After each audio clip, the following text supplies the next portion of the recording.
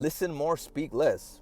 Because when you're not listening enough, surprisingly, you're not able to see the blessings or opportunities in front of you. Sometimes we're always exerting ourselves and talking and just, we're not absorbing, we're not listening. And I'm not talking about absorbing energy, I'm talking about absorbing information.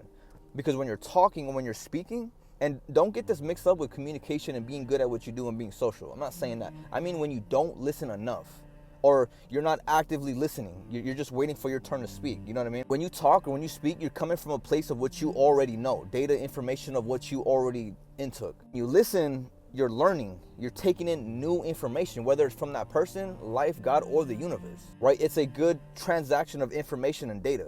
Because in a world that's dominated by broadcasting all the time, right, exerting yourself, true listeners possess an advantage that a lot of people don't have.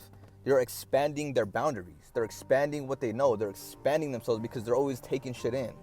They're picking up on what people don't say, right? It's not always about what they say, it's about what they avoid, about what they miss. That's why a lot of times the ones who are quiet in middle school or so on, they're very observant.